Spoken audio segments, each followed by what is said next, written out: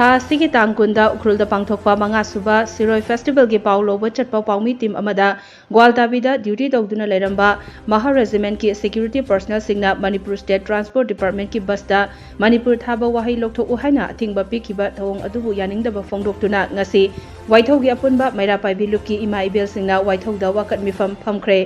वाकन मिफम अदुदा सरुक याखिबी वाइथौ मैरा पाइबी लुपकी एडवाइजर समाद्राम चौबीना फोंदोरकपदा मे कुंदा थोखिबा ग्वालताबीगी थौदोक अदु वाइथौ मैरा पाइबी लुपना यानिंगदे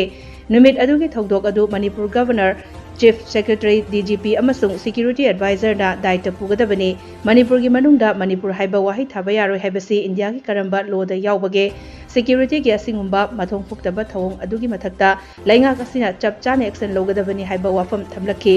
वाकट मिफम अदु लोशिलकपदा मैरा पाइबी इमा इबेल सिंगना मणिपुर मुथतपा यारोय मरा लेबा सिक्योरिटी की मथक्ता एक्शन लौगदबनी एक्शन लौबा ngamdrabadi गवर्नर फम थादु हाइबा खोलाव सिंग लाउखी अखोई मणिपुर थाबा यारोय ना हाइबा से अखोई सी ngasi बालिब ngasi गवर्नर लैरिबसिना अखोई मागी मसागी लमदा अखोई लैरिसे माना लैरिबा गवर्नर अमदी चीफ सेक्रेटरी अदुगा सिक्योरिटी एडवाइजर अदगी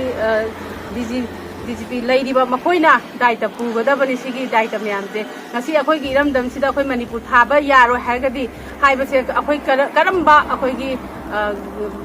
करम्बा अखोई की मालेम की आइनदा करम्बा लोदा यावगेबा अखोई सिगुम्बा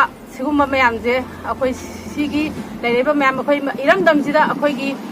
कइमता राइट डायरेक्टरबा अखोई सिगी दमक्ता अखोई यामना अखोई कंडेम तौजबगे अदुगुम्बा फमजबने सिगिसे अदुगा ngasi अखोई की इंडिया ना अखोई बु सारंग नुंगा थंबिरिबा असिगुम्बसे थंबिगनु अदुगा अखोई की सिक्योरिटी सिंजे